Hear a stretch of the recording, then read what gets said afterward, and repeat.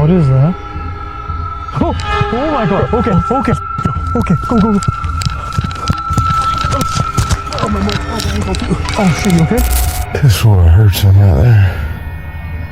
I haven't seen him last time, man. Dude, I just saw someone like walking and it legit had a face. That was spiritual.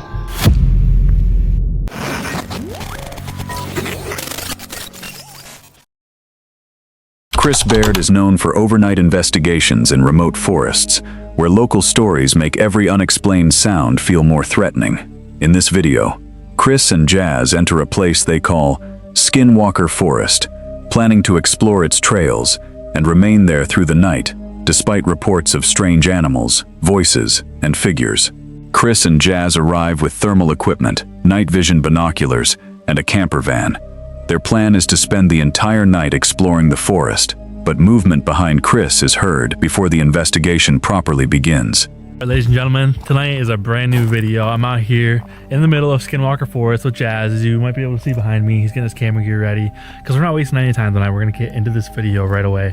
Again, we're at Skinwalker Forest.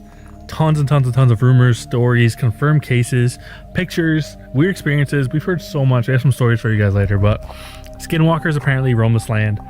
Native American land, dates back to the 1700s, which is actually crazy. 100%, like I found proof of that online. So there's actually some old, like we drove by it earlier, but there's some old like foundations where there actually used to be houses and things. The natives used to set up camps and other things back here, and then eventually people moved in, settled. Now there's no houses left, but the forest is still here. We got dirt roads and we have the camper van tonight. So we're gonna try to spend the whole night tonight in this forest looking for skinwalkers. I brought my thermal camera, I brought my thermal binoculars, tons of good equipment. All right, I don't know what that was. Someone was moving behind me. After hearing emergency sirens for nearly 30 minutes, they return to a trail where Jazz previously found a rock carved like a face on his windshield. As they discuss losing it somewhere in the forest, they hear what appears to be someone walking behind them. Bro, listen.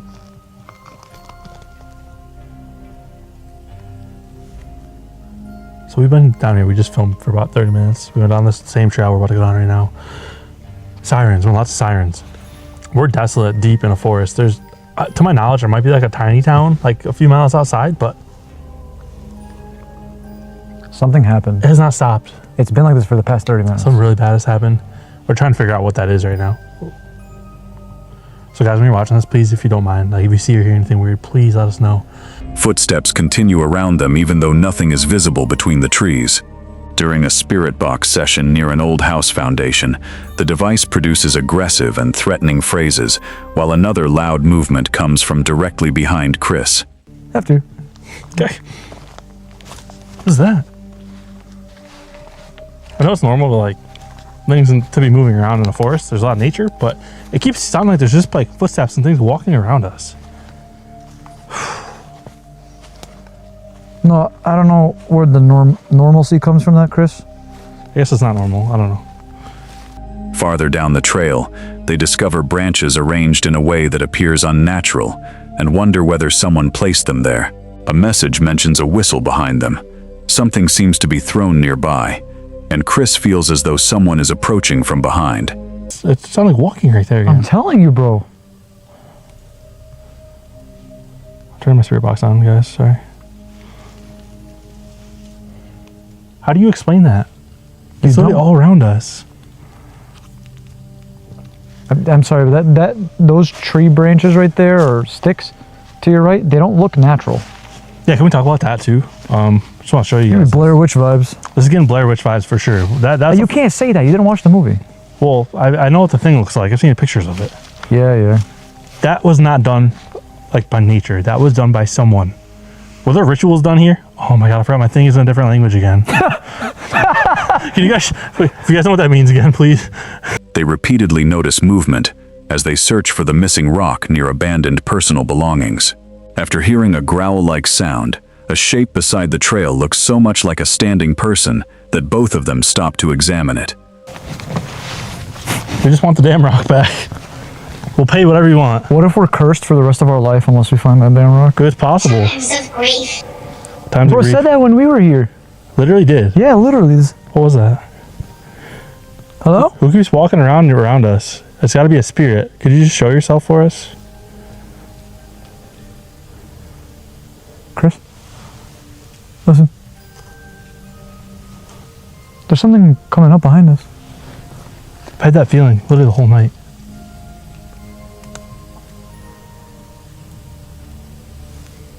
Whoa. God.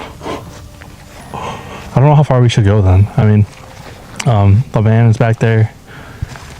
Man. All my camera gear besides my actual camera and goggles are in the van. I have so much stuff in there. Oh, wait. You know where the rock might have been, Chris? Where's that? So remember we found like someone's like personal belongings? Yeah, there's some belongings. I crouched down to like see it. Fence board. Fence board? It might be there. While returning toward the van, a sudden scream-like sound sends them running through the woods. Moments later, Chris believes he captures a dark, human-shaped figure crossing an opening along the only route leading back to their vehicle. Ever hold your peas?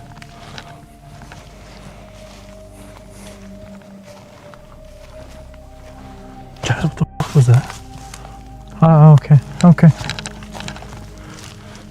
Lethal. Lethal? Grenades just thrown over the tree. That would suck so bad. What do you even do at that point?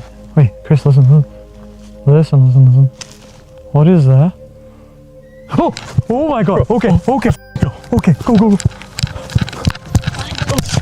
Oh, my ankle too. Oh shit, you okay? Yeah, I think I'm good. Sorry. You're good. Got a bad ankle right now. Destroy it. Dang. What do you Destroy it? At another trail, they hear clear knocking against the van, even though the vehicle was moving when it happened. On a nearby hill, Jazz hears a scream and sees movement, while Chris hears what sounds exactly like Jazz calling from behind him, even though Jazz is farther away. What is that? Yo, Chris? Yo? Come take a look at this. I miss my daddy. What the fuck was that? Chris, look at this. What is that? It's a beanie. What the fuck? Why is that there? There's red tape there too. Is there? Oh wow, you're right. Oh, that feels weird. The apparent voice imitation continues as Chris repeatedly hears Jazz speaking when Jazz says he remained silent. They later find a beanie beside the trail, see something briefly cover the van's headlight, and Jazz reports a tall figure moving behind a nearby tree before another powerful sound forces them to retreat. Is it deer or buck that do that? I think they all do it. Can they all stop? Please. Fictional timelines. Said two things. So two things at once. It said fictional timelines and Susan. Okay. Bro, the amount Feels of real. names I've got on this road alone just Yeah. slapped. Okay. While Chris waits alone inside the van, an unexplained light shines directly through the window. It happens a second time while Jazz is still away from the vehicle, making Chris concerned that another person may be watching them from the forest. Heard it. A scream so loud. It was unnatural.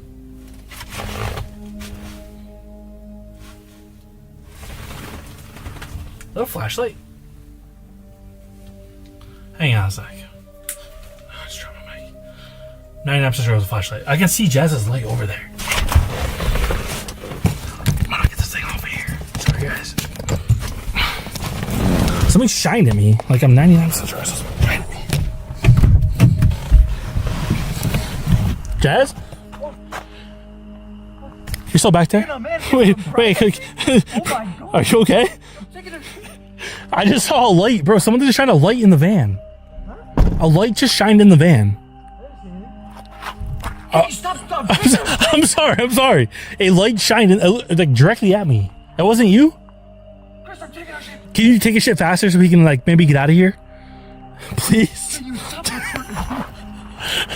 I don't see anybody though. Near the end of the trail, both men develop a strong feeling that they are being watched. Footsteps approach, followed by what they believe is a gunshot only a short distance away, causing them to run back to the van and leave the forest for safety. Not gonna lie, I have a really bad gut feeling. Like, Oh, something feels off down here. I don't know. something, like, you know that feeling when you feel like someone or something's watching you? I'm getting that. I feel that. I feel that really hard right now. Footsteps? Oh, what was that? Something down here, bro. Yeah. Hello? What the f? Bro, go! Go! Was that a gunshot? Yeah! What the f was that? Are you good? Get out of the van! Oh my god! Get in the van!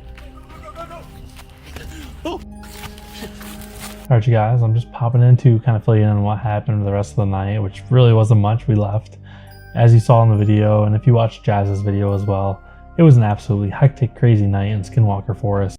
This video follows a solo investigator exploring a historic forest inside Putnam State Park, Connecticut, known for Revolutionary War activity and reports of paranormal sightings. He enters the area alone at night, aware that soldiers were once camped here during the winters of 1778 to 1779, and that a man named Mr. Phillips was reportedly killed inside a cave in the area. As he moves through the dark forest trail, he begins using a spirit communication device while documenting his surroundings. Early on, he reports strange environmental cues, unusual sounds in the woods, shifting shadows, and a growing sense of being watched. The isolation of the park at night amplifies the tension as he continues deeper into the historical grounds. I don't know what I'm in for here. Okay. Divided. Look. Is that what happened? Americans were divided? The Revolutionary War? I'm shaking because it's a little bit chilly. I don't know why I don't have my gloves on.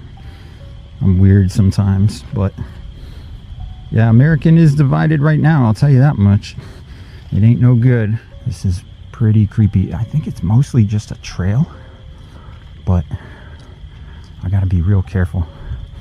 So basically, there's a story of this guy named Phillips, and it's called Phillips Cave, and he was in the cave, and the other people that were in the camp were upset that he was shooting and killing their stock and using it as food to survive, so they came one day and just shot him in the cave. So I don't know if his ghost is also here, but I don't know. I'm hoping to see something. Look at this. I mean, I think this must have been maybe where each of the camp spots were for the soldiers. While investigating, he locates several historical landmarks, including old officer quarters, foundations, and reconstructed military structures. The atmosphere becomes more intense as he approaches areas believed to be connected to wartime deaths and possible burials, including a suspected cemetery zone and Phillips Cave itself. What is this? Officers' quarters? Chimney remains the mark of the site. Company officer's hut. Built in 1890.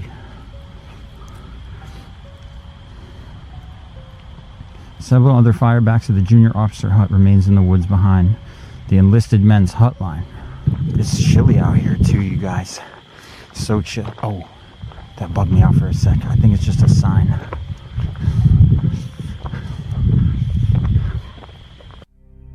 As he reaches the cave, he begins direct communication attempts with the spirit of Mr. Phillips.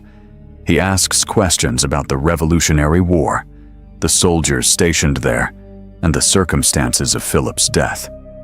He also references the idea that Phillips may have been killed by enemies, attempting to provoke a response or confirmation. I'm going to take a seat. Can you, Mr. Phillips, sitting here in the Phillips Cave, or outside of the Phillips Cave, not in it, but can you talk to me, Mr. Phillips? Why did they kill you? Man, this is eerie. Let me tell you, it's just eerie out here.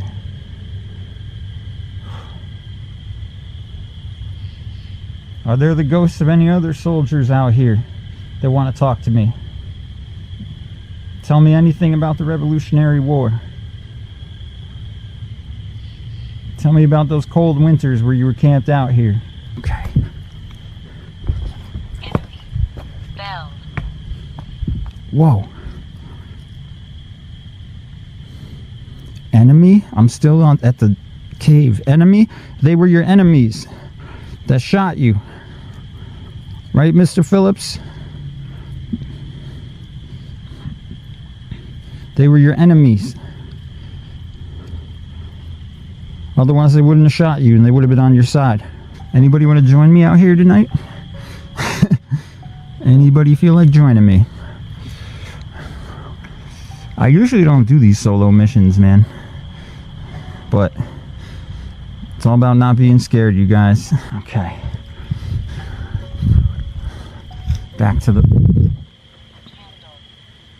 That was weird. Okay. Alright.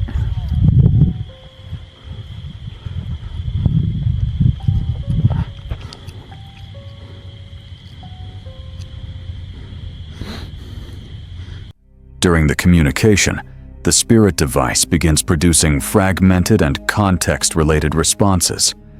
Words and phrases appear that seem connected to war, memory, emotional states, and past trauma.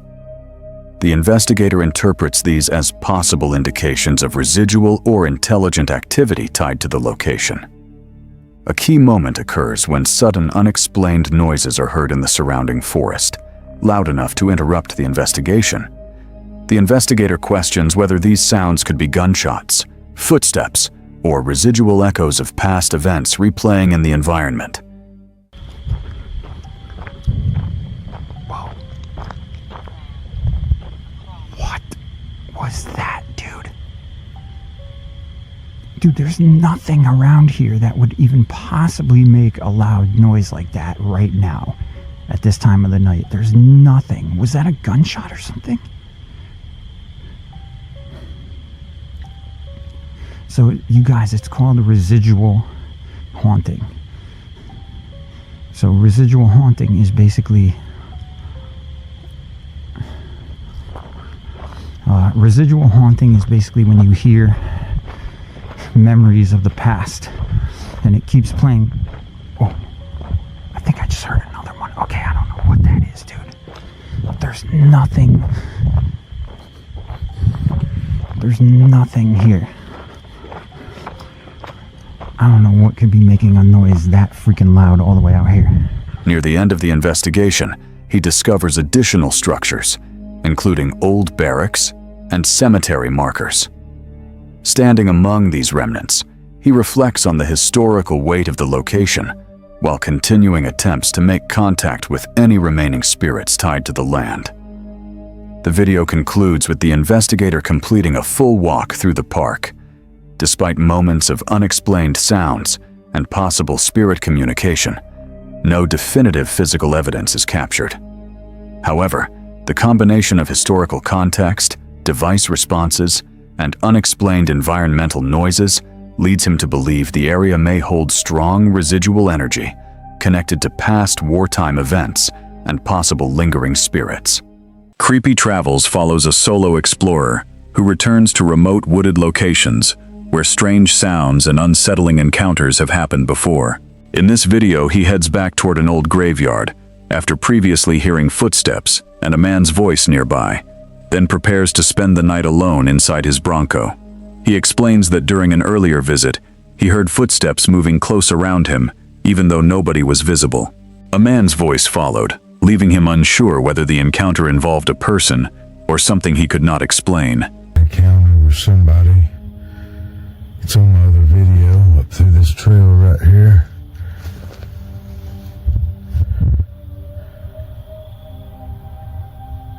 But it kind of makes me wonder if it was a person. person because I was hearing footsteps real close to me. But there was nobody there. I mean, it was all around me. Couldn't figure it out. And then I heard a man's voice. And the voice didn't sound like it was right there at me. So I don't know what it was.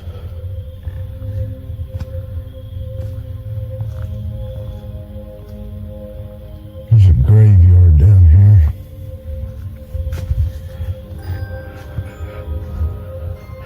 I stumbled across it.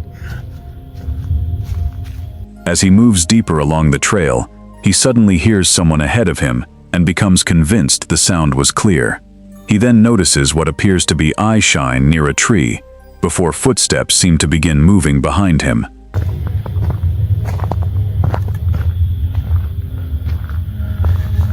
This is where I heard something right there.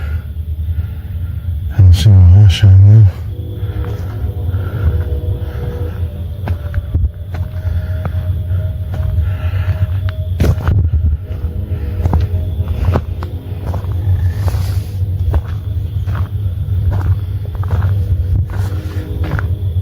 Oh shit. I just heard somebody.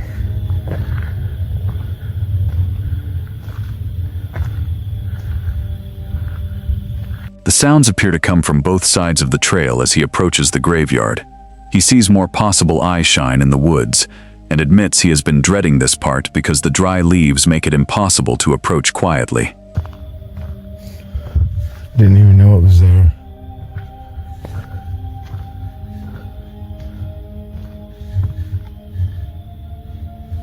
I keep hearing things on both sides. This side I saw the eye shine and heard somebody. But this side over here I keep hearing steps. There's plenty of walking areas. You can tell people's walked.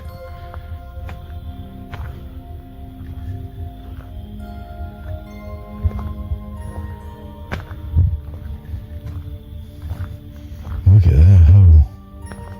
Wow.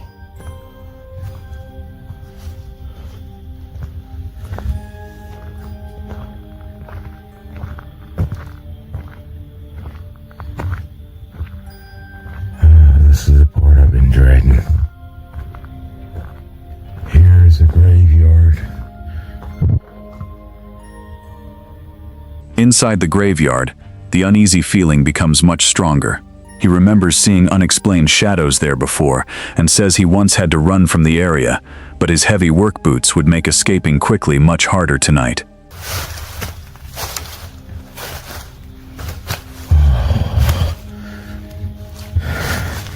I've seen so many things in here.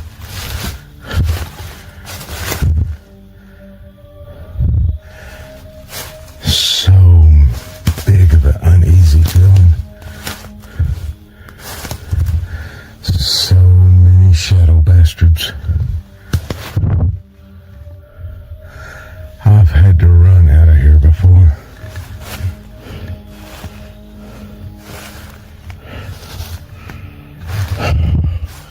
I don't want to do this.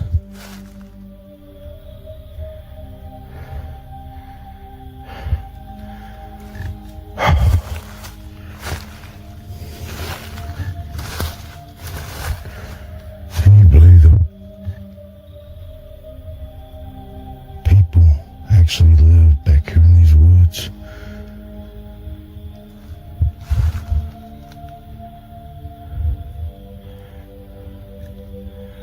And they will rob you.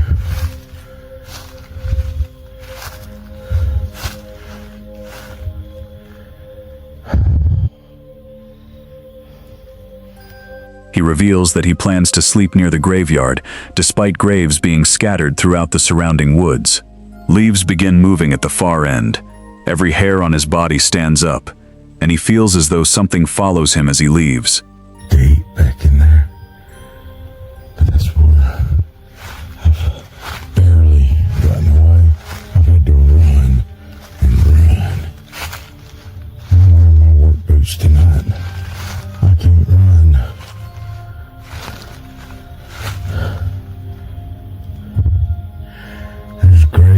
scattered out into the woods too. There's one out there. There's one back there. And there's more that's out there in the woods.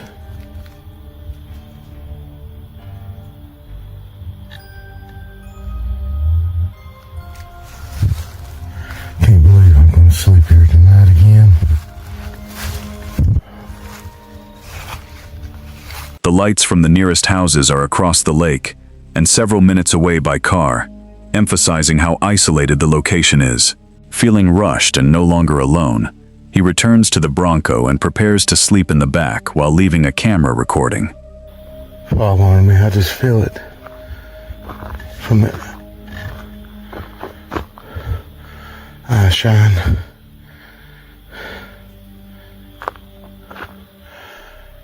Yeah, something followed me out of there.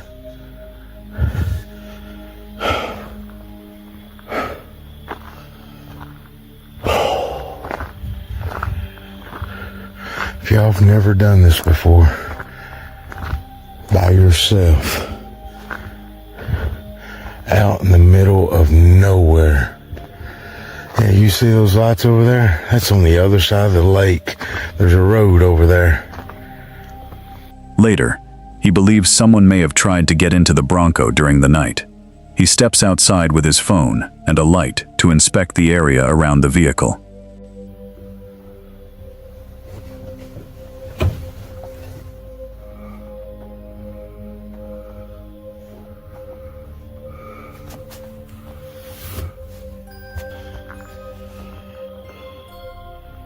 Somebody was trying to get in my Bronco.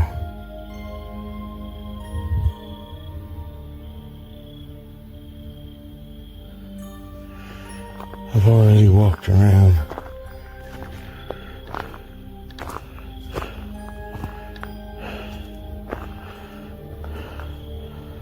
This video comes from YouTube creator Paranormal Discovery, where remote wilderness investigations and overnight expeditions explore locations known for unexplained activity and local legends.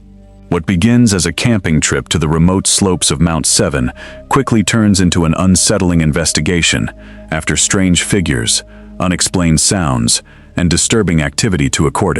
The first unusual event happens during the daytime while camp is being prepared. As one explorer speaks to the camera, a large black silhouette suddenly appears on the steep hillside below. Resembling the upper body of a person, the dark shape quickly moves downhill before disappearing into the thick brush. No other hikers are visible anywhere in the area.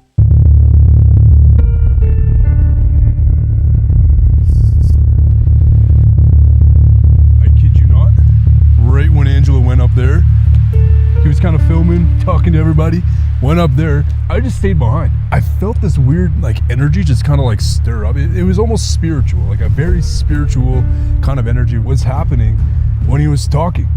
And because I'm an empath, I pick up on these things, right? I just kind of paused while he was talking. I'm like, there's something here. And right when he went up that hill, I saw something. I saw a black, shadowy, it could have been a real person, but I saw something go down here. It was almost like a big built kind of figure, and it went right down the hill. I'm not joking, guys. I just saw that. I was gonna go with Angelo, but I don't know, I felt so off. And what are the odds I see that, right? After darkness covers the mountain, the quiet campsite is suddenly interrupted. Heavy footsteps crash through the dense undergrowth behind the tents, moving with the pace of something walking on two legs. The sounds stop at the edge of the clearing, leaving the explorers listening to complete silence, only a short distance away.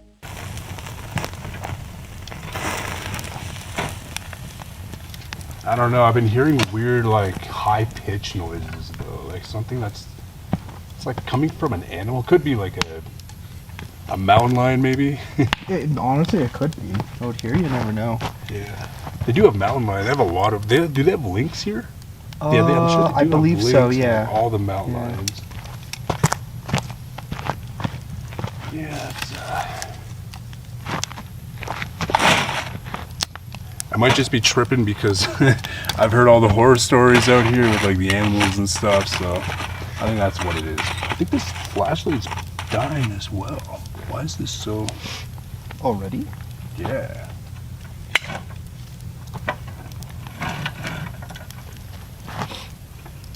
Weird. The tension grows even stronger moments later. A camera resting securely on its tripod suddenly spins around before falling hard to the ground. There are no visible signs of strong wind or anything nearby that could explain the sudden movement, leaving the equipment disturbance completely unexplained. So hot. Okay. That needs to be trimmed. They left way too much on. Which is annoying because you're literally paying for it. I think they intentionally. That was weird. Something like pushed over my camera. I don't know what happened.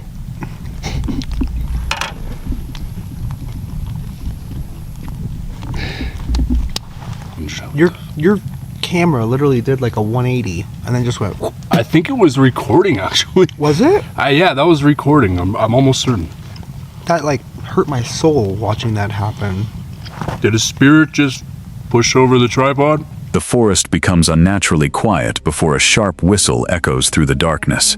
The high-pitched sound cuts through the trees before stopping without warning in the middle of a note. The strange call doesn't resemble the wildlife normally found in the area, making the silence afterward even more unsettling. Guys, I'm hearing like whistling. It's like whistling going on, I swear to God. What the f... Hello?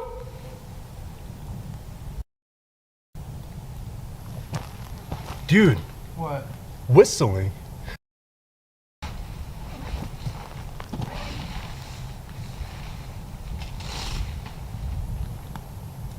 What the hell?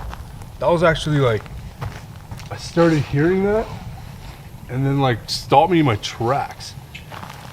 That straight up stopped me in my tracks, man. Someone out there? Need help? The night takes another disturbing turn when metallic noises begin echoing through the forest. The sound of grinding metal and heavy clinking comes from two different directions at the same time. With no visible source, the explorers struggle to determine where the sounds are actually coming from. I'm starting to get cold.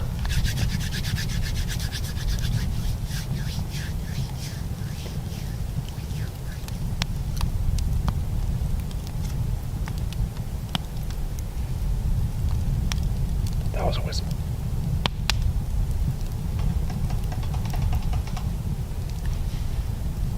You hear those metal noises? Something rattled.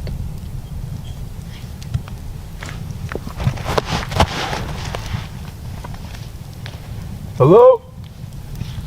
Dude, that was like clank. Yeah. That was definitely not an animal. What the fuck? That was weird though. Yes, I did. It kind of almost sounded like it resonated from two different directions. Yeah. I heard it from here, but also I don't know if it was an echo, but it also was like there. I don't know if that Yeah, makes that's what sense. I'm saying. It sounded like it was in like two different spots at the same time. There was a whistle too, like moments before. Yeah. I have no idea what's happening, but I'm getting drawn to that path. Yeah?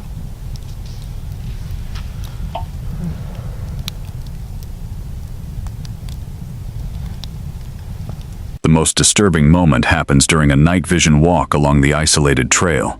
A tall, black, mist-like figure appears directly ahead, and within the dark shape, the pale face of an older man briefly becomes visible. Just as quickly as it appears, the figure fades back into the darkness without leaving any trace. Hello?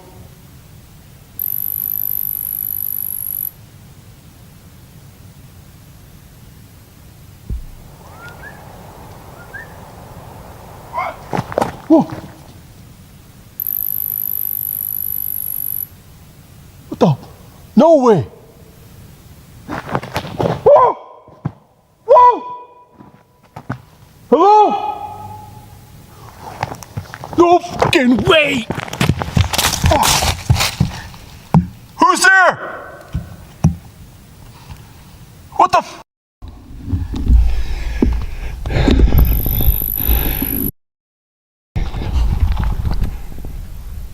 Guys, I kid you not, I just saw this face. Dude, there was someone like walking. What the fuck? No fucking way. Turn off. Dude, I just saw someone like walking and it legit had a face. That was spiritual. That was 100% spiritual. That was a full-on dude just walking to me. Hello? I've never seen anything like that in my life. Like that vivid. Why do I have a freaking mad migraine now?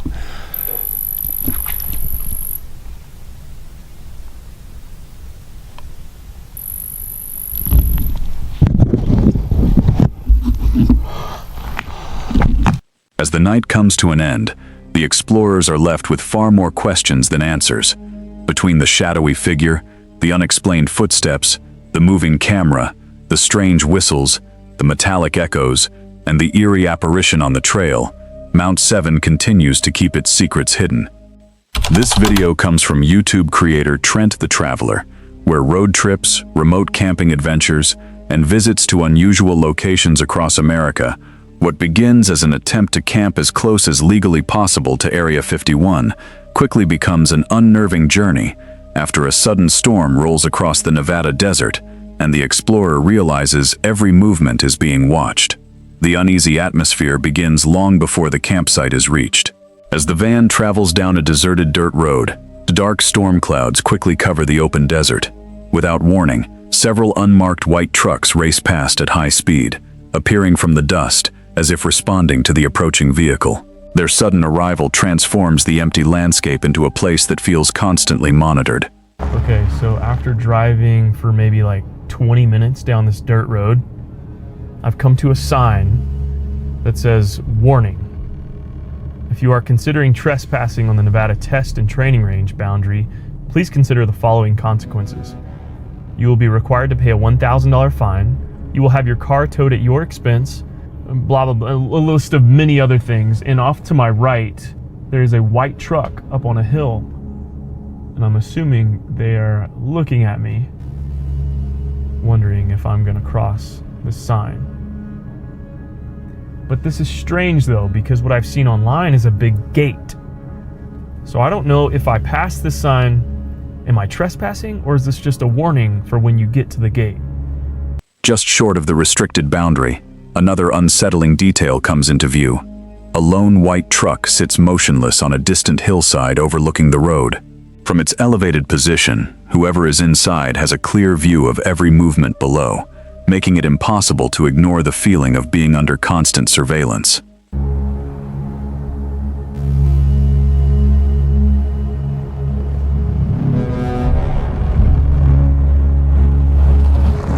Okay, so after driving for maybe like 20 minutes down this dirt road, I've come to a sign that says, "Warning. If you are considering trespassing on the Nevada Test and Training Range boundary, please consider the following consequences. You will be required to pay a $1,000 fine. You will have your car towed at your expense, blah, blah, blah, a list of many other things. And off to my right, there is a white truck up on a hill. And I'm assuming they are looking at me, wondering if I'm going to cross this sign. But this is strange though, because what I've seen online is a big gate. So I don't know if I pass this sign, am I trespassing, or is this just a warning for when you get to the gate? Okay, so I don't think I'm going to cross this sign. I don't feel very good about it. It's not very clear as to whether or not crossing this sign means I'm trespassing, but I just don't want to test it, especially since this guy over here is just staring me down. So there is another road that I can go on to get to another gate. So I think I'm going to try that out. The tension reaches another level at the entrance to Area 51. As the vehicle approaches the fortified gate, an array of surveillance cameras immediately tracks its position. The complete silence surrounding the restricted facility only adds to the pressure, creating the unmistakable feeling that every second near the perimeter is being carefully observed. Okay, here we are at the gate of Area 51. I don't know why, but I feel very intimidated right now.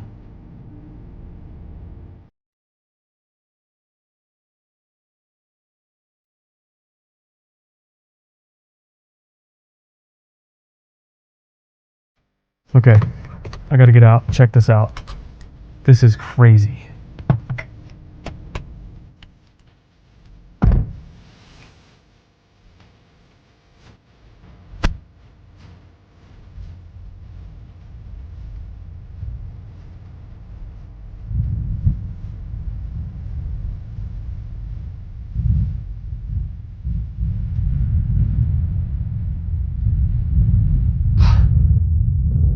I can't believe I'm here right now. This place is the root of all of the alien and UFO conspiracies, and yet here I am, in the presence of it all. The most unusual moment comes through a first-hand account from the same region. 3 enormous orbs of light reportedly remain perfectly still in a triangular formation high above the landscape. They produce no sound, no visible movement, and no sign of conventional aircraft before all 3 suddenly vanish at the exact same moment, leaving no explanation behind. I noticed something in the sky. It was these 3 orbs of light in the shape of a triangle, just sitting there in the sky. And I can't quite explain it, but they didn't look like stars, they didn't look like planes or helicopters, they weren't emitting any noise, they weren't moving, they were just sitting there in the sky. And I could tell that, they were high up, but not enough to be in space. Like, they were definitely in our atmosphere, but well above the trees. And they weren't just like specks of light, they were like orbs illuminating light in the sky, just sitting there, standing still. The explorer eventually leaves the perimeter without crossing the restricted boundary, but the experience remains difficult to forget. Between the constant surveillance, the overwhelming security presence, and the unexplained lights reported above the Nevada desert, whatever lies beyond the fence continues to remain hidden. This video follows a creator who returns to YouTube after a short break, explaining that he has been feeling depressed and unmotivated lately. He decides to take some time off, but says that being away from filming has actually made things worse instead of better. To get back into routine, he plans a new stealth camping trip and begins preparing his car for the next night's adventure. He installs a GoPro mount, cleans his vehicle, and experiments with a new lighting setup using a portable magnetic lamp with a large battery system. His goal is to create a more practical and stealth-friendly setup for filming inside the car. We're here. Put that there for now. Go ahead and disconnect that fridge. So, I'm using my headlamp here, and just so I can kind of practice with it and see what POV I can get. So this is my lighting system, and I definitely have to take this off. Look at how bad this looks. That's not great. The reusable zip ties from Walmart, and hopefully, well, I know they'll be able to work because I can literally open this thing right here, wrap them around, and put this thing anywhere. So let's see what this looks like. Bam. Now, one thing I'm worried about is if this thing is super bright. Whoa. He spends time adjusting the lighting, testing different brightness levels, and checking what can be seen from outside the vehicle. After multiple tests, he finds a setup that allows enough light for filming while still keeping the car relatively hidden from outside view. He also upgrades his setup using zip ties and removes old lighting equipment that was no longer useful. And put these up, and let's see what we can see from the outside. So I'm gonna go ahead and dim this all the way down here. Like this maybe. And so in my videos, we'll still be able to see here, but can you see it from the outside? If I dim it down all the way, that's really dim. So this one, there's also a couple settings here. Like this one, a nice warmer light. I think that might actually be best because normally this is where I need my light so I can cook and things right here. There's also this one and a red light. Now red light is nice because I don't think you'll be able to see this from the outside. Once the setup is complete, he prepares for another stealth camping night and briefly mentions looking after some guinea pigs and other personal updates before moving into the main story of the video. He then explains what happened during a previous stealth camping night in front of a 24-hour McDonald's. While sleeping inside his car, he suddenly hears someone trying to open his door. At first, it sounds like pulling and tugging on the handle, which immediately wakes him up and puts him on edge. It was Saturday, a couple days ago. I was super beat, I was exhausted. I was like, you know what? I'm not even filming a video. I'm just gonna go and hunker down because my car is made for that. And I went to a spot I normally always go to. There's a McDonald's right there. It's 24 hours. I didn't think anything would happen. About to go to sleep, and I just hear like not a knock, but like him like trying the handle, like him pulling it, and then this is what happened. What's going on, man? What's going on? What's up? What's up, man? What's going on? What are you doing? Hey, bro. What's up? What are you doing, man? You ain't fucking weird, bro.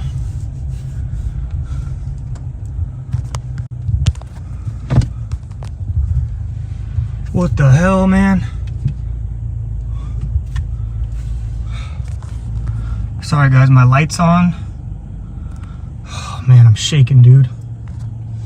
I had my whole setup. I was sleeping back there, dude. Oh man, he tried to open my door. And then you guys saw that. He wasn't saying anything, man. Dude was a freaking zombie, dude. I don't even have my glasses on. I can't be driving. Oh, I gotta get to a safe spot, guys. When he reacts, a stranger appears outside the vehicle. The situation becomes extremely tense as the person tries to engage with him, while he is still half awake and confused. He is unsure whether the person is dangerous or simply acting erratically, but the experience leaves him deeply unsettled. After the encounter, he reflects on how unpredictable stealth camping can be. While it often looks peaceful in videos, being alone in public spaces at night means anything can happen, and situations are never fully under control.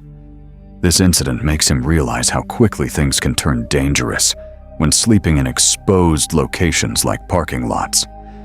Even though he originally planned to stay longer at that spot, he decides he may need to move locations for safety. He ends the night shaken, emphasizing that this was one of the most intense, real-life experiences he has had while stealth camping. This video shows a solo section hike along the Foothills Trail, where Jenny begins her second day of hiking after starting at mile 28.3 near the Whitewater Falls area. Her goal is to reach Table Rock State Park over a 4-day, roughly 48-mile journey. She leaves the Whitewater campsite very early, around 6:50 a.m., while it's still dark. After a short and easy first day of only a few miles, today feels more like a proper hiking day. The trail is mostly smooth and easy at the beginning, with only one difficult section caused by a large blowdown, likely from a recent hurricane. I am going to be hiking all the way to Table Rock State Park on this trip. It's about 48 miles over the course of 4 days. This is my second day. Yesterday being a very short day. I think I did maybe 3-something miles. I left the Whitewater campsite very early for me. I think it was 6:50 a.m. It was still dark, so I waited for some light to record this, but so far the trail has been pretty cruisy today, much easier than yesterday, with the exception of one spot where there was a big blowdown that I'm guessing happened after the hurricane because there wasn't really any trail building around it to speak of. You could tell people have gone around it their own way, but it wasn't in very good shape. About 1.2 miles into the day, she is already thinking ahead to cover around 16 miles, hoping to reach Tuxway campsite before dark. She starts early to make sure she has enough daylight for the long hike. Tuxway campsite today, because that will put me in good shape for the rest of the trip. It is going to be a long day, but thankfully I got such an early start that I should be able to do it before it gets dark. So we'll see how this goes. As the hike continues, she expects waterfalls and stairs based on what she has seen in other videos of the Foothills Trail. However, the trail is mostly quiet forest walking, with gentle ups and downs and not many views. It feels more like long, steady forest hiking than dramatic scenery. I was expecting that today was going to be more waterfalls and stairs, but actually it's been, for the most part, like this. And you're kind of weaving around these ditches and gullies and things. So there's like, it's kind of switchbacky, and it's like more kind of gentle ups and downs. She takes a break at Bear Paw Creek campsite for lunch and water around 10:50 a.m. At this point, she is about halfway in terms of effort for the day, but still has over 10 miles left. She starts to feel a bit tired and slower than expected, but continues forward. Later, the terrain begins to change. She encounters a very large staircase section, which stands out as one of the most intense parts of the trail so far. She also notices signs of hurricane damage in the forest, with fallen trees and rough sections that show how nature has changed the trail. All right, now we're talking. That is a honking staircase. Holy cow. Look at that.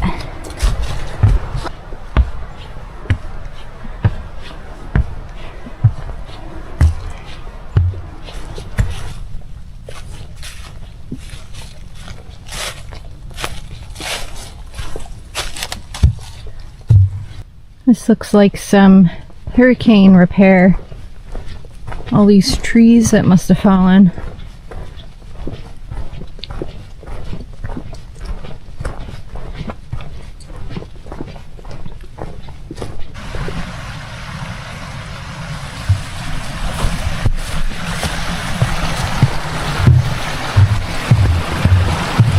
By mid-afternoon, she stops again at another campsite and decides to eat dinner early because of low energy and sore feet.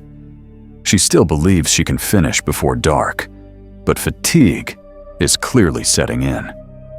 A light drizzle begins, adding some discomfort, but not enough to fully gear up for heavy rain. I was feeling pretty hungry and just kind of like low energy, so I thought that would help perk me back up, and I feel a lot better. I still have about 6 more miles that I want to do, and so I still think I can get there before dark. I'm feeling okay. It's just my feet were a little sore, and I was just tired. Soon after, she crosses a scary, bouncy suspension bridge, which adds a tense moment to the day. Oh, scary bridge. Oh.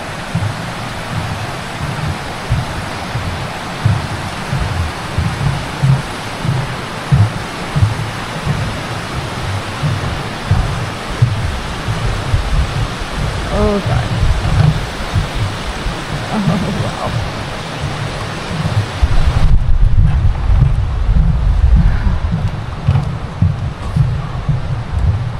Why do they have to be bouncy?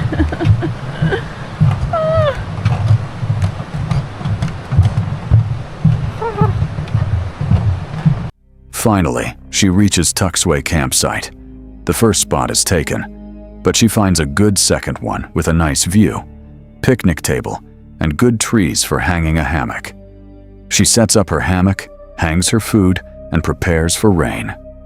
Completely exhausted, she lies down early and calls it a night. Despite the noise from a nearby group of hikers, the campsite feels peaceful. She still has about 27 miles left for the remaining days. But for now, day 2 ends here. This video comes from a van life travel channel, where the creators document long road trips across Europe, mixing camping, exploration, and everyday van problems in a very raw and unfiltered way. The video starts with one of the strangest and most uncomfortable moments of the trip, when Joe brings the creator over to see something unexpected near their campsite. What they discover is a damaged sex doll lying in the area, which immediately shocks them and turns into a mix of disbelief and dark humor. The moment is played slightly jokingly, but the atmosphere still feels weird and unsettling. Well, what is it? Is it like is it something positive or negative? I don't know. How can you not know? It's either good or bad. I don't know if it's a sex thing or if it's a weird thing. Are you ready? Could you see it? What is that? Oh, that's a sex thing. Oh, oh, that is disgusting. How do you feel sleeping here tonight? I'm gonna have nightmares. That is a fully... That's a sex doll, and someone's worn out the arm. I'm less concerned that there's a sex doll here and more concerned at how, brutalized it is. Someone needs a therapist. Massively. Great about sleeping here tonight. There's clearly a sex offender around. After that awkward start, the mood shifts into a nighttime camping setup in a very remote and pitch black location. They describe it as one of their scariest campsites because there is absolutely nothing around for miles, just silence and darkness. Even though they try to stay relaxed, there is still a slightly eerie feeling because of how isolated everything is. One is absolutely pitch black. It doesn't look like there's anyone for a mile anywhere. It's going to be an interesting night.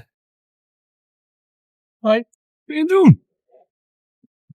So I just got stopped by a lovely couple over there, gave me a quick interrogation. He did say we're not actually allowed to park over there, and he said we should be all right to stay for the night. And then he told me he's a policeman. So the policeman said we can stay here. I think we'll be all right. Surprisingly, the next morning flips the whole tone completely. Local police wake them up with flashing lights, but instead of trouble, they bring them fresh croissants after recognizing them from the night before. This sudden switch from creepy isolation to wholesome kindness makes the moment feel almost unreal, and it becomes one of the most memorable highlights of the video. Woke up by lights and flashing, banging, because the local police wanted to bring us some croissants. Isn't that the cutest thing ever? Joe made friends with him last night. He went out to do some filming, and now we've got a bag full of croissants. He said he didn't put anything on top because he didn't know what we liked. Ooh, there's bread. Oh, that is the nicest man. I like the Netherlands. They're lovely people. As the journey continues, the video moves into full road trip mode across abandoned railways, quiet countryside camps, and long drives through Europe. They stop at an old railway line just to explore and film, turning it into a spontaneous break before continuing their route north. However, the calm doesn't last long. The van starts having multiple issues: broken water systems, solar power not performing properly, expensive toll roads, and constant small mechanical frustrations. At one point, they realize their solar setup is generating far less power than expected, forcing them to start thinking about repairs and replacements while still on the road. Oh, it's we might need to do a little bit of work on our solar because we're not pulling in as much power as we thought we would. We've got 900 watts of solar on the roof and it's only pulling in 40 watts of power. It is an overcast day, but we should really be pulling in a little bit more than that. Like I'd expect about 250, maybe 300 watts. So I've ordered a new MPPT, which is a different configuration, and I'm going to see later on if that makes a change. Also, the DC to DC charger doesn't seem to be bringing in as much power as I thought. There's a really good YouTube channel called Mispronounced Adventures where he's built a little bit of a fan to go underneath each charge controller, and that seems to help him get a lot more power out of them. Because we're only bringing in at the moment now about 600, and we should be bringing in about 720 watts. They're very dramatic in Denmark. We're just about to cross into Sweden and they've got signs everywhere saying like, this is the last exit for Denmark. You may never return to Denmark again. The journey becomes more intense when they cross from Denmark into Sweden through a long underwater tunnel. The tunnel feels narrow, dark, and slightly claustrophobic, especially with signs warning them about leaving Denmark and entering a completely different country system. Soon after, they face a very expensive toll, adding more frustration to the trip. Later, they continue into Sweden where more van issues appear, including a broken water switch that they have to repair using improvised tools and temporary fixes inside the van.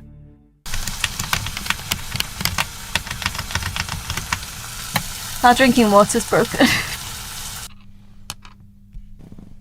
But it's nice being able to just fix things on the road if you bring all your tools with you. So it wasn't a loose connection, it is just... The switch rusted. It's just rusted. We don't have the exact switch we need, but we do have some switches. So I'm going to put a temporary switch there until we can get a new one. And I think this little guy might be the one. It's going to be hanging out the side like all our other things, but at least we can use our drinking water.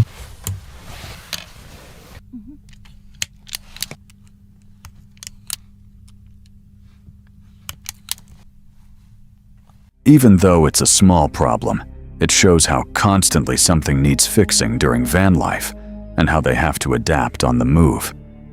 By the end of the video, they reach their final campsite as their travel time in the EU runs out. Both their shoes are broken, multiple systems in the van need upgrades, and they are preparing to head back to the UK. Despite all the weird discoveries, mechanical issues, and stressful moments, the overall feeling is still positive, more like a chaotic but memorable road adventure rather than a perfect trip. This video comes from a solo camping channel where the creator spends nights alone in deep forest campsites, focusing on minimal setup, survival routines, cooking, and the quiet atmosphere of being completely isolated in nature. The video begins as he arrives at a remote campsite that is so deep in the forest that he cannot drive any further.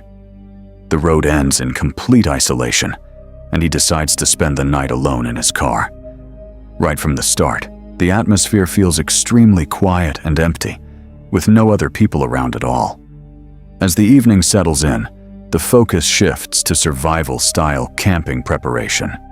He checks the outside temperature, noting it is already very cold, and expected to drop further during the night. A nearby river adds a peaceful but slightly eerie background sound, emphasizing how isolated the location really is. He also mentions bear precautions, including bear spray and noise-making methods to avoid wildlife encounters, which adds a subtle tension to the otherwise calm setting.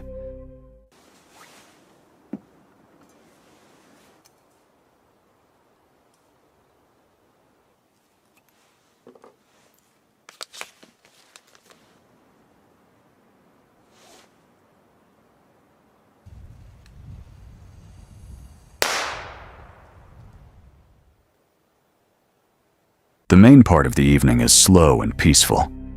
He starts a small fire, boils water, and prepares coffee while staying close to the warmth. The fire becomes the center of the scene, and the entire forest feels quiet and still around him. Even simple actions like heating water or organizing gear feel very calm and meditative in this isolated environment.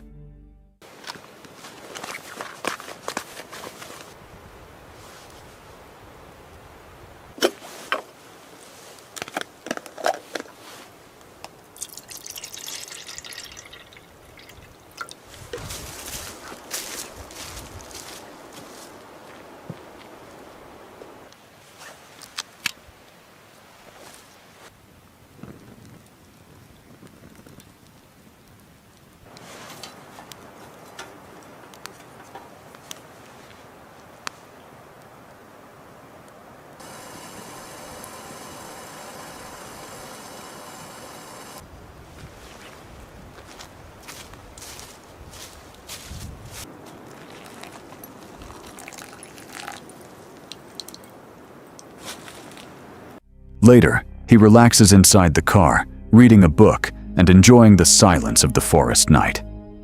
As darkness fully takes over, the atmosphere becomes even more intense. The forest feels completely black outside, and the only light comes from inside the vehicle and a small oil stove used for warmth and light. At this point, the video shifts from peaceful to slightly unsettling due to the complete silence outside. Dinner becomes the next focus. He prepares a traditional-style Japanese meal, ozoni, with rice cakes, vegetables, and chicken, giving the scene a warm and comforting contrast to the cold outside environment. Despite the simple setup, the meal feels meaningful because of how harsh the conditions outside are. After dinner, the tone becomes slightly more tense. While going to the toilet far from camp, he begins to feel uneasy in the darkness and even thinks he hears footsteps behind him. The forest is pitch black, and the feeling of being alone makes the moment more stressful.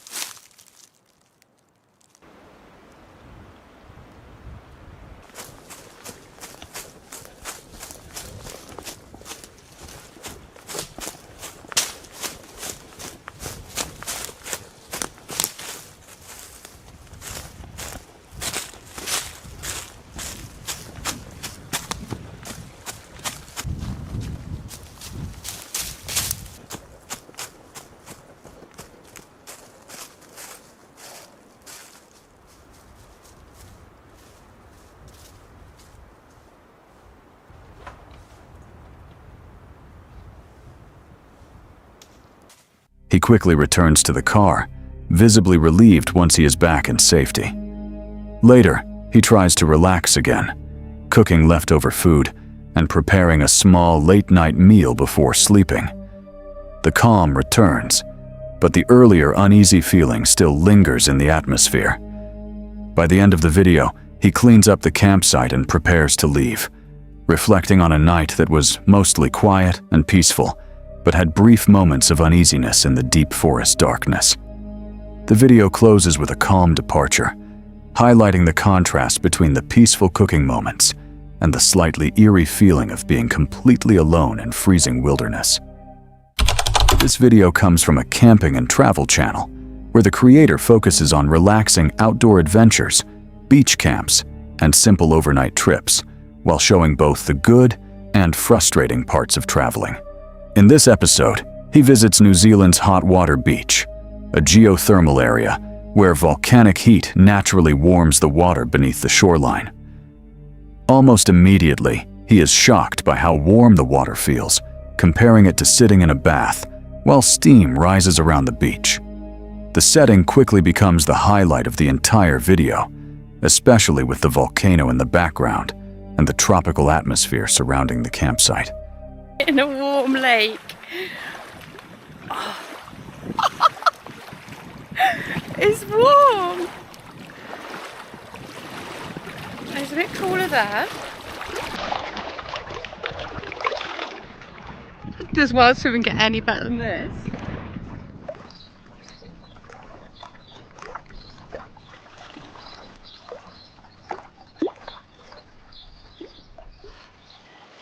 That was the best wild swim I've ever had, maybe ever will have in my life.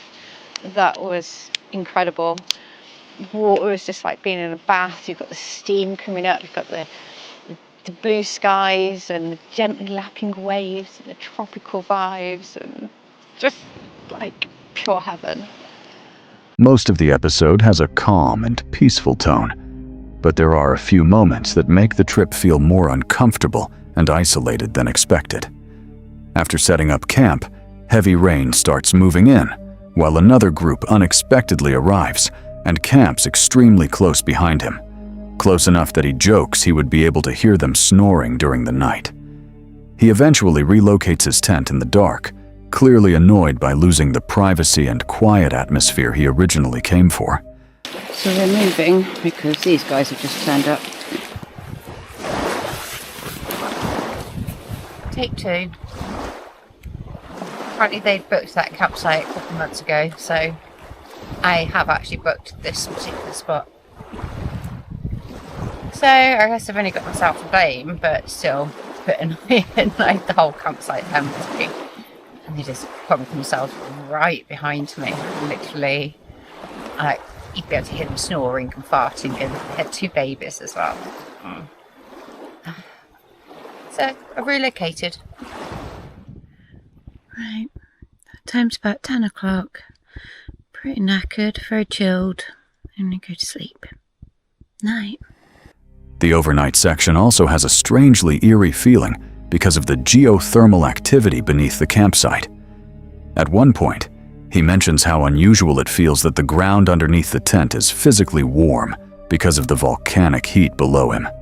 He even jokes about how the nearby volcano erupted around 150 years ago and says the entire place could technically go kaboom again someday, which adds a slightly unsettling feeling to an otherwise peaceful beach camp. The weird thing with camping here is the ground underneath the tent is warm. It's a bit like, you know, when you sit down on somewhere where somebody else has just been sitting and it's like, oh, you warmed it up for me. That's what it's like. It's a little bit warmer than bum temperature. Kind of weird to think I'm that close to volcanic activity and the whole place could just go kaboom. But I think that's unlikely to happen tonight. No, I'll take my chances. Wouldn't want to live here, mind. If the mountains have gone kaboom in the last 150 years, it's obviously still quite active. By the end, the trip becomes more of a relaxing geothermal adventure than a normal camping video. Between the steaming lake swims, volcanic scenery, geysers, hot springs, and isolated beach atmosphere, the whole episode feels surreal and dreamlike, with just enough discomfort and strange volcanic energy underneath it to make the experience memorable.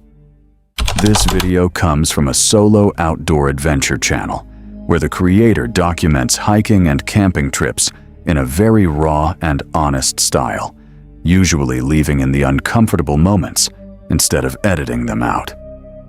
In this episode, she heads into the snowy Virginia mountains, planning her first winter campout after a rare early snowfall hits the area.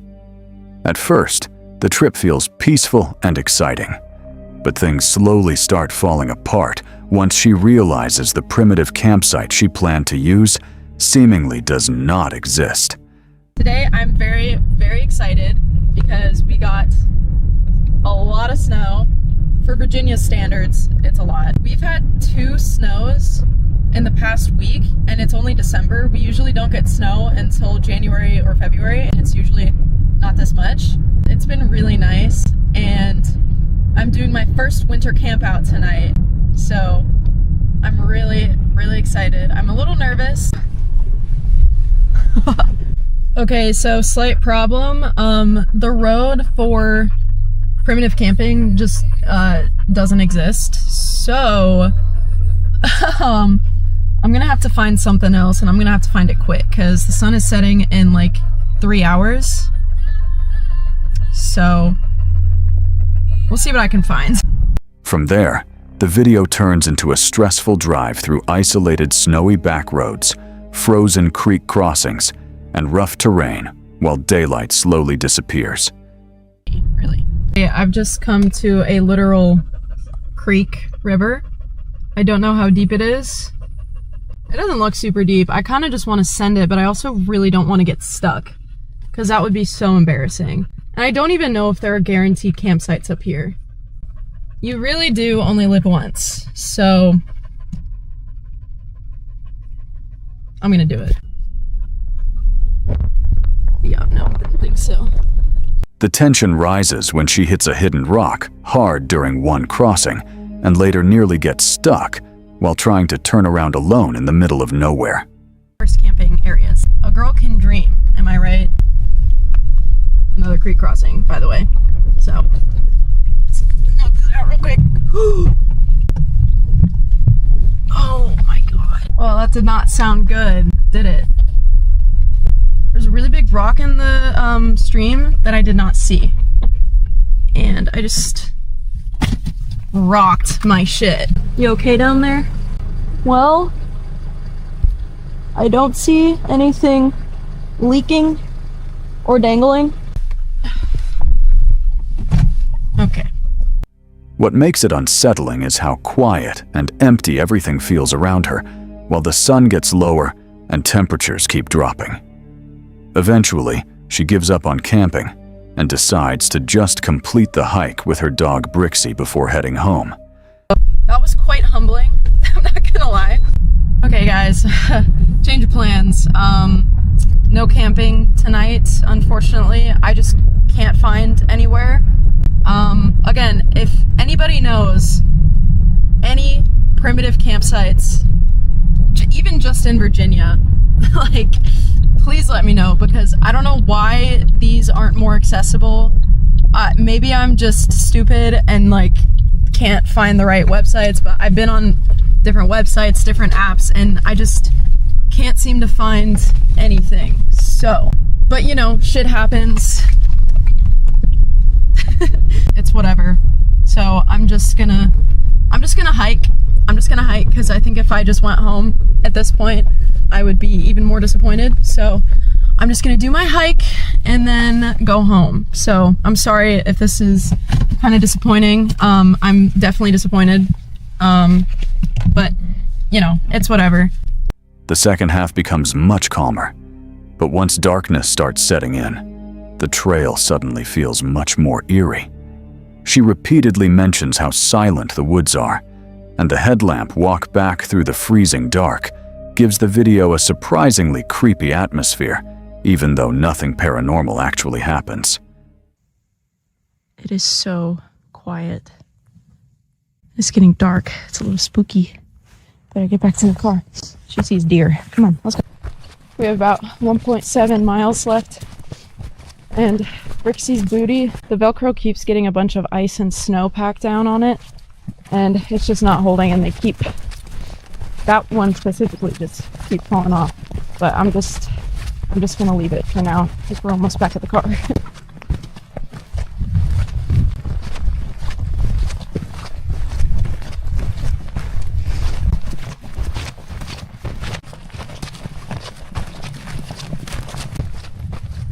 We have less than a mile, but it's kind of getting dark and it's starting to get hard to see where I'm walking. But I'm hoping I won't have to stop and get my... By the end, the trip ends with hot coffee, ramen, and a warm car instead of a campsite. But the failed adventure and the growing isolation in the snowy forest make the whole experience feel strangely tense and memorable. This chilling paranormal exploration begins after Jeremy discovers rumors of a hidden graveyard buried deep behind a local cemetery, a forgotten section believed to date back to the 1700s. What starts as a simple nighttime investigation quickly becomes unsettling as he follows a narrow trail through freezing darkness toward the isolated burial ground. The deeper he walks, the heavier the atmosphere feels. Nearby houses watch from the shadows, while the Spirit Talker app immediately responds with disturbing words like alive, demise, and trapped. of getting a trespassing ticket. But they say it's through this field. You'll see what I'm talking about here in a minute. And up on a hill, we got a little ways to walk. Cement shoes. Let's see. This thing's going off like crazy already. But yeah, I'm touching your hand. There's apartments just all over the place. They've upset me. They're probably gonna see my lights. Let's hope that cops don't get called. Wheel. But they say that you walk through this way. After reaching the hidden cemetery, the environment changes completely. Ancient headstones appear scattered across the hillside, many broken, collapsed, or barely visible beneath the dead grass. The graveyard feels abandoned and forgotten, yet disturbingly close to modern homes surrounding the fence line. As Jeremy explores deeper, he notices something terrifying. Many of the graves belong to children. Small markers reveal deaths at only 7 years old, 1 year old, and even younger, creating an eerie and emotional atmosphere throughout the cemetery. This is so old. Guys, look at. What does that say? W something 1856.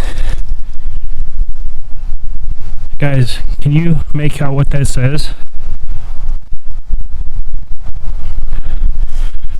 That's a very old headstone. We lost our lives here. You lost your lives here? You guys don't mind that I'm dimming my lights a little bit more than usual. I'm just gonna have to get close. Look at this. Will Efren something died 1845, I believe is what it says. What does that say? Timestamp this. What does that say? Let me know down in the comments. I can actually see it better through the camera, but it's a small screen. Then the investigation takes a horrifying turn. While walking near the trees, Jeremy suddenly spots what appears to be a shadow figure silently moving between the graves. The dark figure crosses from one tree to another before disappearing completely into the darkness.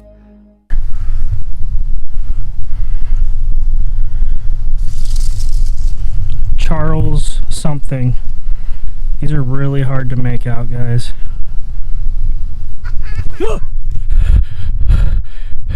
I can't be screaming this close to houses. What was that? Shit. Oh, there's a shadow figure right there. Holy shit. Went right behind that fucking tree. Hello?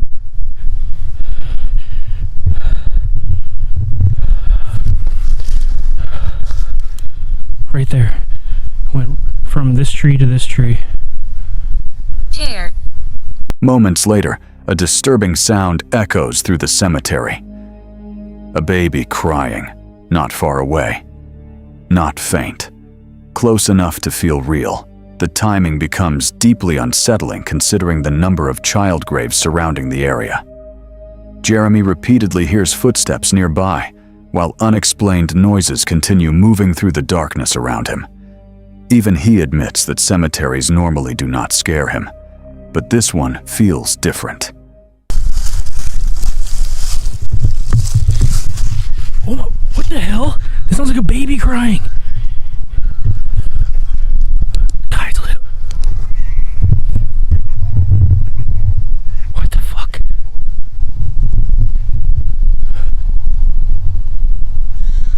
This sounds like a baby crying. What the fuck is that? Oh my god.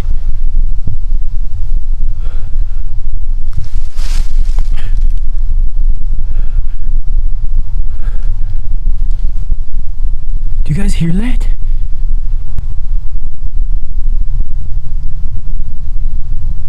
Spirits, what is that? My heart. Your heart? Is the children your heart? As the night continues, the graveyard grows even more terrifying. Broken gravestones lie scattered everywhere. Strange stone structures surround sections of the cemetery, and the spirit talker produces chilling phrases like, "Doomed, you'll never escape me. The shadows are me." Then another shadow figure appears, crossing directly through the graveyard in complete darkness before vanishing again. I'm cutting the light for a minute, guys. I'm cutting the light for a minute. Where's my flashlight? Oh shit, I lost it. Listen, what is that? What is that? Alexander. Is that Alexander?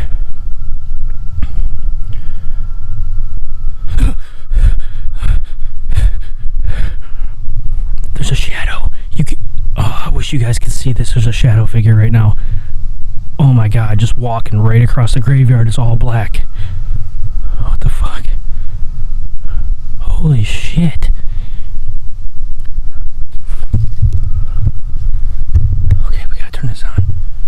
The most chilling moment happens near the end of the investigation. A woman's scream suddenly echoes from the woods nearby. Seconds later, Jeremy's camera light completely dies, despite still having 85% battery remaining. The equipment refuses to turn back on, leaving the rest of the cemetery consumed by darkness, except for a small flashlight beam. I mean no harm.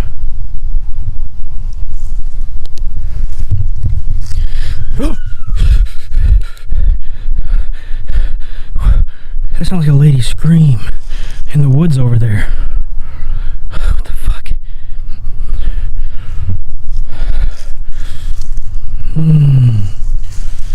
Right before the video ends, the spirit talker delivers one final disturbing message.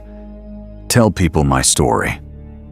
By the end of the night, the hidden graveyard no longer feels like a forgotten cemetery. It feels haunted. And the most terrifying part is that none of it is ever fully explained. This overnight expedition into the Devil's Wood begins like a normal wild camping trip, but the setting immediately feels wrong. Deep inside this haunted forest, the woods are soaked, isolated, and wrapped around a dark river that cuts through the trees like a boundary. With daylight disappearing fast, the only place to pitch a tent is a narrow strip of muddy ground between rushing water and a steep hill, a place that already feels unsafe before night even arrives. Welcome back to Under the Weather, live from the Devil's Wood. Now I'm losing daylight and I'm in a very precarious place, so I need to try and get some wood, and for a fire, but as you can see there's a lot of wetness around. I'm camped right next to a river. Tent's already up because, as I said, losing daylight. Let's show you the wee tent here. Now this is the most precarious place I've ever put a tent in my life. So let's just see, turn this round. The only flat bit of ground is like this little strip here. As darkness settles in, the forest becomes unnaturally black. Beyond the small circle of firelight, nothing can be seen. The river constantly shifts rocks beneath the current, creating noises that sound disturbingly close to footsteps. At first, it's easy to dismiss it as wildlife or moving water, but the deeper the night gets, the more the paranormal atmosphere changes. Every sound begins to feel intentional, as if something is moving through the woods nearby.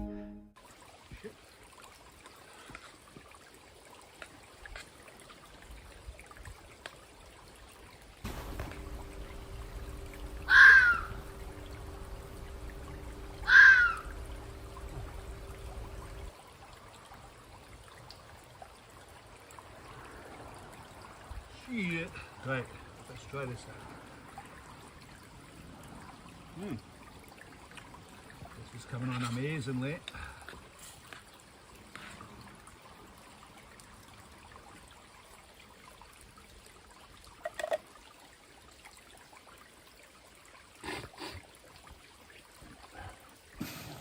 It's unbelievable how dark it is here. This is like crazy. Like outside my little circle, it's just pitch black.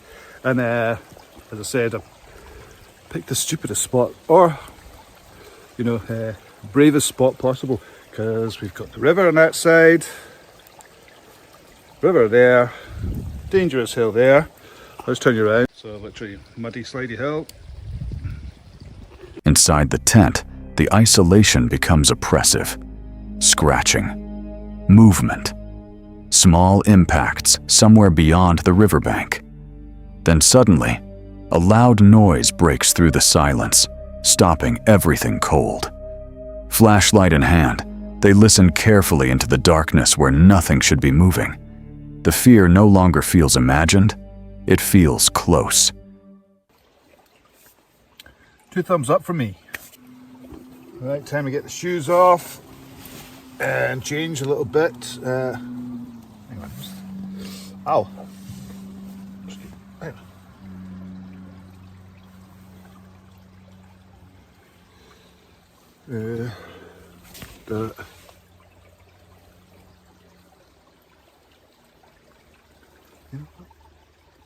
There will be little animals scratching around, you know, but and also it's when you're staying next to, when you're camping right next to a river, stream, whatever it is, you'll hear rocks going through the night, and your brain will tell you that's someone coming to get you, you know, but it's literally rocks just kind of being pushed down by the weight of the water. So I think, what the hell?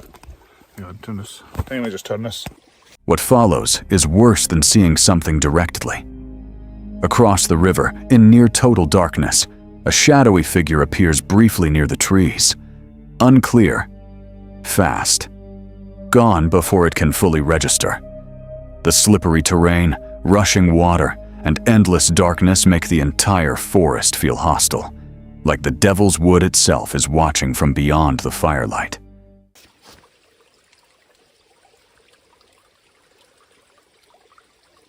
Hello, is there? Anybody there? Hello? Hello? Hello?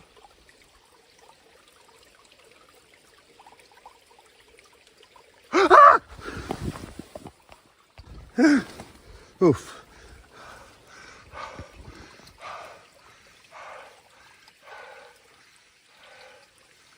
What's that?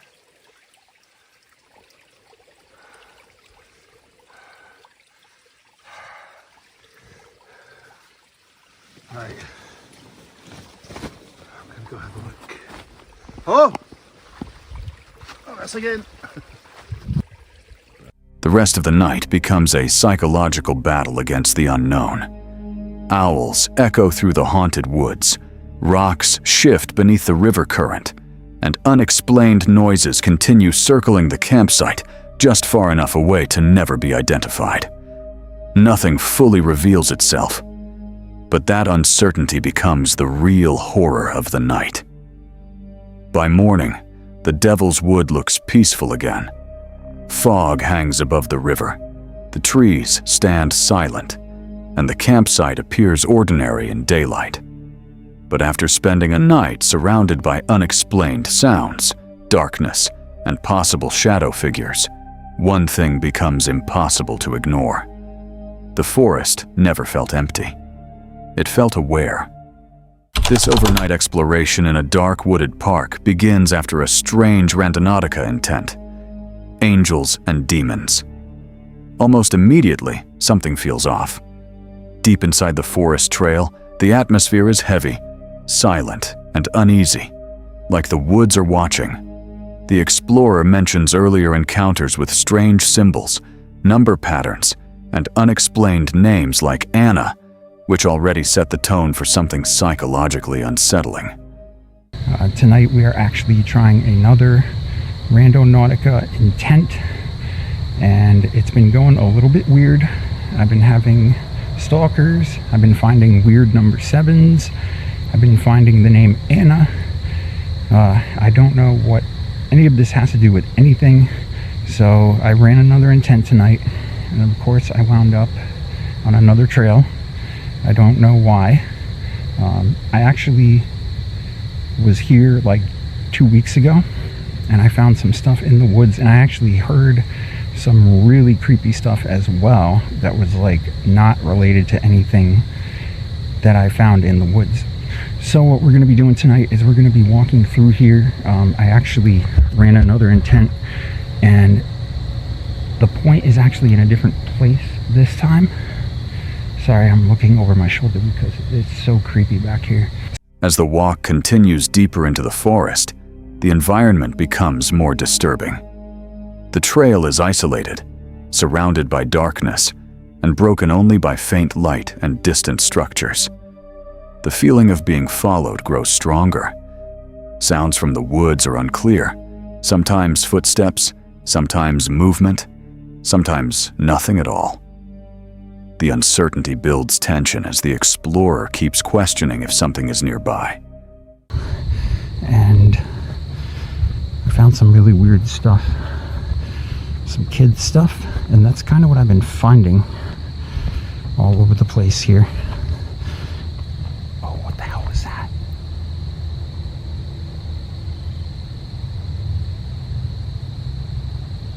Whoa, that might have been an animal. That might have been an animal. I think if it was a person, it would have been louder. Okay, I'm already super on edge here, but we're gonna do this anyway and see what the hell we find. Oh crap. Yeah, this place is scary, actually. It's fun to come to during the day, which I haven't done in a long time, but it looks like I'm kind of making a habit of winding up here at night for some reason.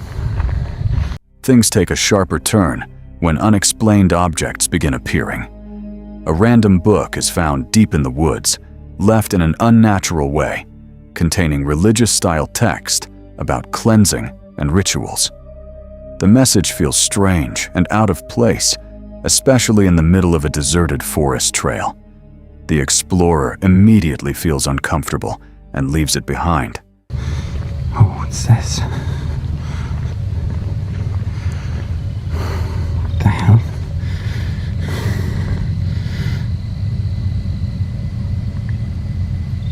Someone left a book here, I think. Until I find you.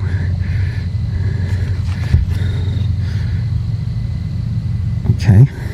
That guy definitely looks like an author. That's kind of a weird name for a book. Until I find you.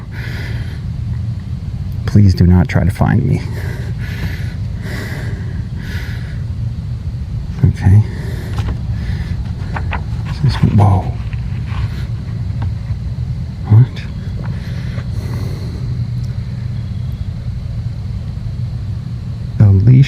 Elisha sent a messenger to say to him, go wash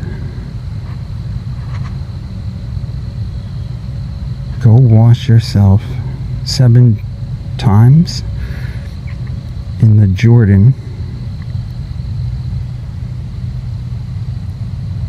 and your flesh will be restored and you will be cleansed.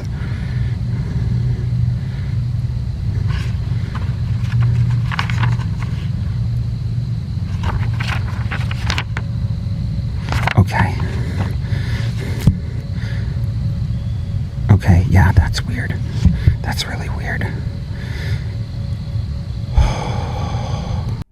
As the journey continues, more unsettling details appear. Blurred camera moments, sudden noises, and the strong feeling that something is nearby, but never fully visible. The environment shifts between normal forest silence and sudden spikes of tension, making every step feel unpredictable. Yeah. Look at how creepy this is, man. I'm not supposed to go that way, though. My point is like over this way somewhere.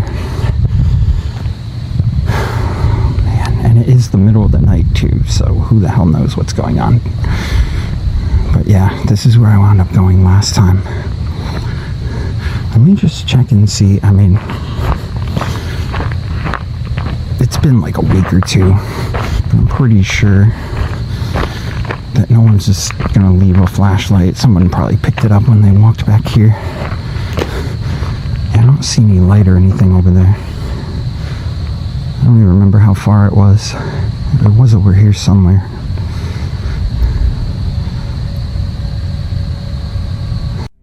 Then the most disturbing moment occurs. A backpack shaped like a child's toy is discovered on the ground, placed unnaturally in the middle of the woods. Nearby, candles are found, some freshly lit, others already burning out. The scene feels recent, like someone was just there. A clock is also discovered showing a fixed time, 7 o'clock, placed deliberately, adding to the feeling that this is not random at all. Backpack here.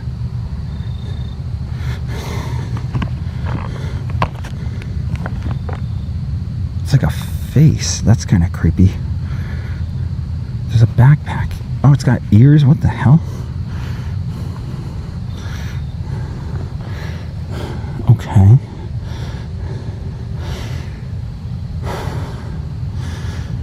Oh my God, yeah. See, I gotta make sure that like no one's around me, because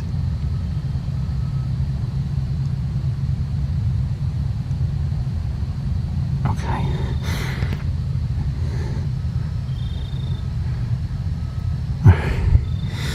Yeah. So backpack here. Skip hop.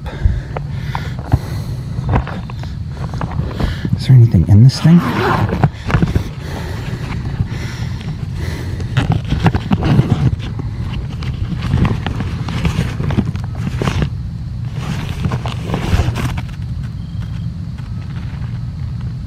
Please do not disturb. Oh, it's like from a hotel. Do not disturb.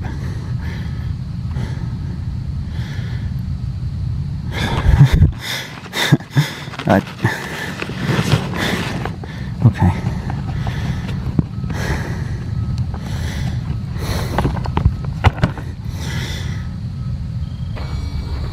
What the hell is this?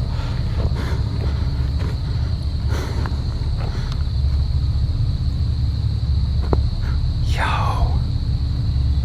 There's a clock sitting right here. There's a clock here. Yo, look what time it is. Look what time it is. It's 7 o'clock on the freaking clock.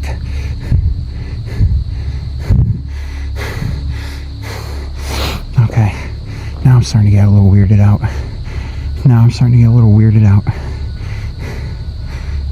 The exploration ends abruptly as the tension peaks. With no visible person around, but clear signs of recent presence, the forest no longer feels empty. It feels occupied. The final realization is simple but chilling. Something was just here, and may still be watching from the woods. The investigation begins after the group notices strange blue glowing lights moving between the trees deep in the woods. The lights appear briefly, disappear, then reappear farther away, making it difficult to tell whether they are natural or something far stranger hiding in the darkness. Yeah, and there's supposed to be some haunted spirits that roam these woods. And that's always interesting.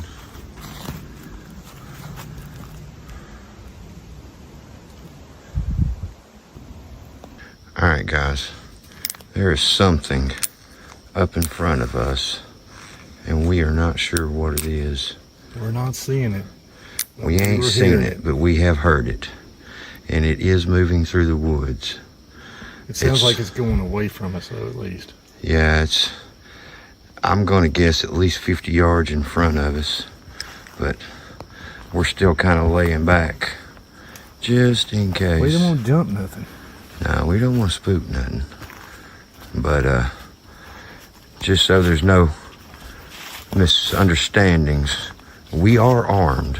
We do have protection. We're allowed. As they move deeper along the trail, the atmosphere becomes increasingly tense. Loud movement and heavy noises echo through the forest ahead of them, sounding like something large is stalking them from a distance. The group repeatedly stops to listen, unsure if they are dealing with wildlife, another person, or something paranormal hiding in the woods.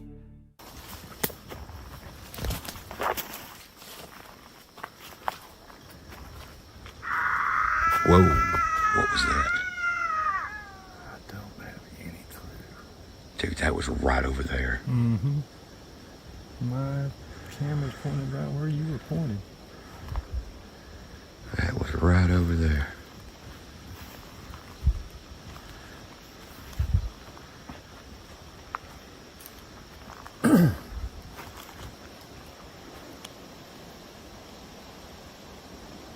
Alright, I'm gonna go ahead and be load ready.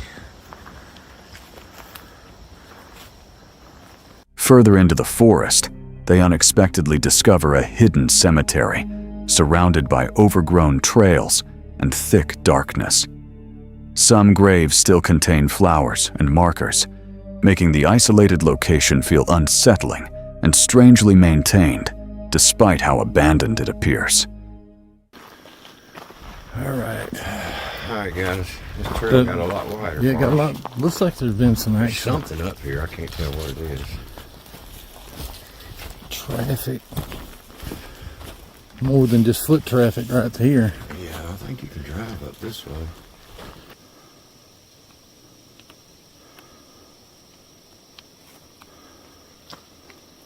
Too bad we didn't bring our EVP equipment. Yeah, for sure. Of course, these kind of look like they've been well taken care of. Yeah. There's flowers on a lot of them.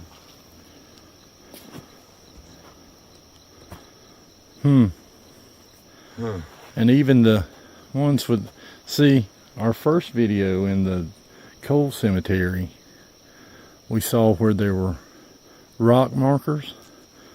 Looks like somebody has come back out here, and where there's rocks, they put up little crosses. But this is seriously Just right off the trail. walking trail. While exploring the cemetery, terrifying screams suddenly echo through the woods. The sounds resemble either a woman crying or a mountain lion, but the echoes bouncing through the hills make it impossible to track where the noises are coming from. As the screams continue, the tension inside the forest grows rapidly. What was that? It sounded like that scream again.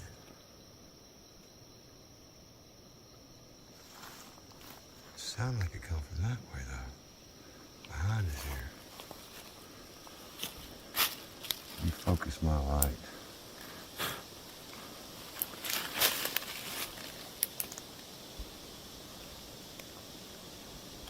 I don't see no eyes glowing. I don't see any eyes glowing either. That was either a woman screaming Or a a cat. mountain lion. Cat, yep. One or the other. And to be completely honest with you, I'm really not looking to mess with either one of them. Well. Moments after leaving the graveyard, something suddenly moves near the trail only a few feet away from them. Both investigators clearly see movement in the darkness, but when they search the area, nothing is there. No eyes, no sounds, no sign of any animal. All right, guys, we come up out of that graveyard. We came up out, what is that? What is what? Something just moved up the trail. What? Something just moved. I don't know, I got bugs on my freaking hair. I mean, saw that something. was close. Whatever I it saw was something. moved. Hang on. Let me go first. All right. Let me go first.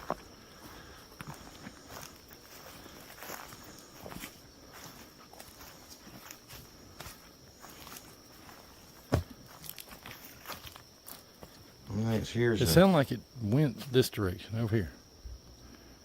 But it sounded like it was right here. Only thing is here's a stick. 1 stick. 2 sticks. 2 sticks. There ain't nothing here.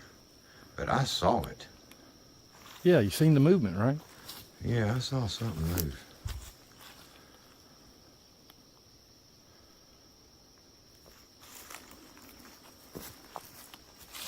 I don't know. So, I mean, I see no...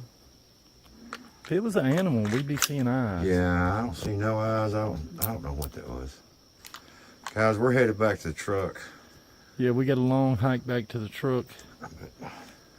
Realizing something may have been following them through the woods all night, they decide to end the investigation and leave the forest immediately. The investigation begins with discussion of multiple extraterrestrial species, including Greys and Nordics, suggesting that alien life may not be uniform and could have different motives, both positive and negative.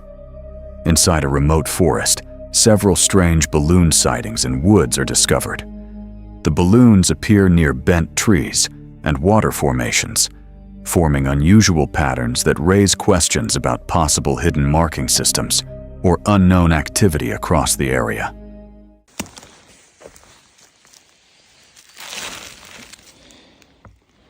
That's 2 balloons in less than 5 meters apart from each other in a place like this. It's very strange to find a balloon in the vast environment that I'm exploring, let alone 2 balloons less than 5 meters apart.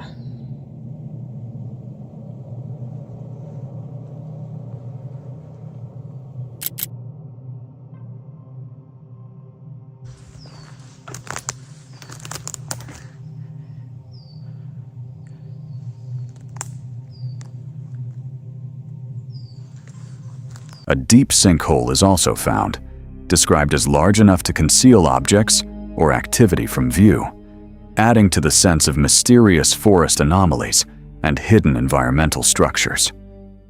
It's weird, like you're just walking through the forest and then you come across this large sinkhole.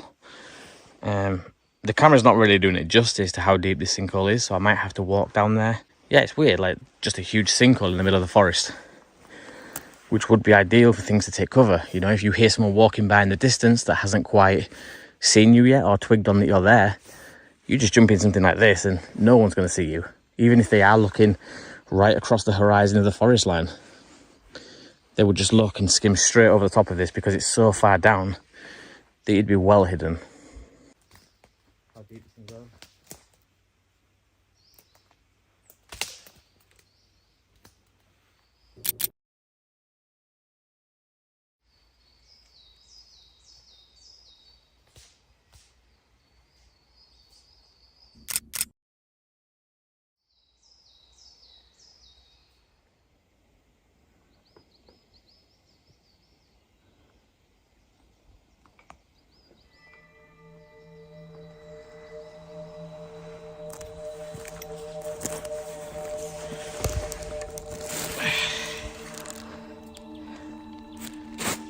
Balloon number 3.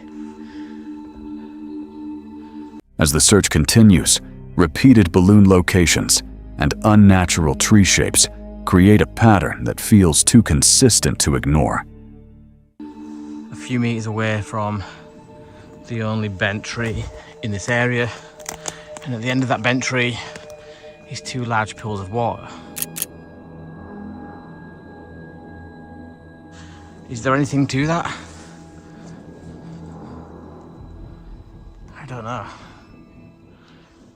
But balloons would be a great way to mark things because humans are familiar with what a balloon looks like. We know that people release them as birthday surprises and things like that. So if you was going to use something natural and something that's not out of place to humans, it would be something that humans use. But also a great way to mark a certain area. That's 3 balloons within a square mile. Given how many square miles I'm walking amongst, is that common? I really have no idea. I'm just speculating at this point. But I always like to give you guys things to think about. As I always say, please don't ever take anything that I say. However, it remains unclear whether this is coincidence, human behavior, or something more unknown. The narrative shifts into skepticism around UFO perception, suggesting that human psychology and media exposure may influence how people interpret unusual sightings, especially in UFO investigation forest encounters. I was recently listening to a UFO experiencer on a podcast, and halfway through he kind of lost me because what he said was, you know, I've recently been watching a lot of UFO documentaries, and I've recently been reading everything on the subject of UFOs and extraterrestrials. And what I believe is that there's a link there somewhere, because every time that I do this, you can guarantee I'll step outside of my house, I look up into the sky, and there is something strange, something, you know, otherworldly. So there must be a link with the stuff that we're thinking and the way that these things show themselves to us. Tension rises when a blacked-out vehicle repeatedly circles the forest area. Its behavior appears deliberate, possibly surveillance-like, contributing to fears of being watched during the paranormal forest investigation. It's a car acting very suspiciously. It's just done 2 loops of this area. Each time looking out the window at what I'm doing. It'll be interesting to see if they come back this way. This way, Lil.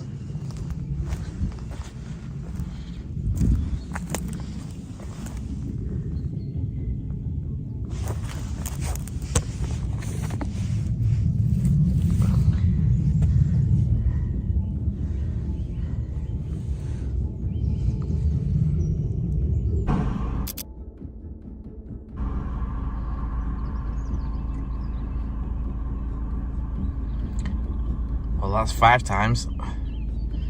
I have no idea why they keep doing this. That 4x4, that blacked out 4x4, 4 times has been down this road. And yeah, back again. So I don't know what's happening. I don't know if they're lost. I don't know if they're concerned about what I'm doing or curious, but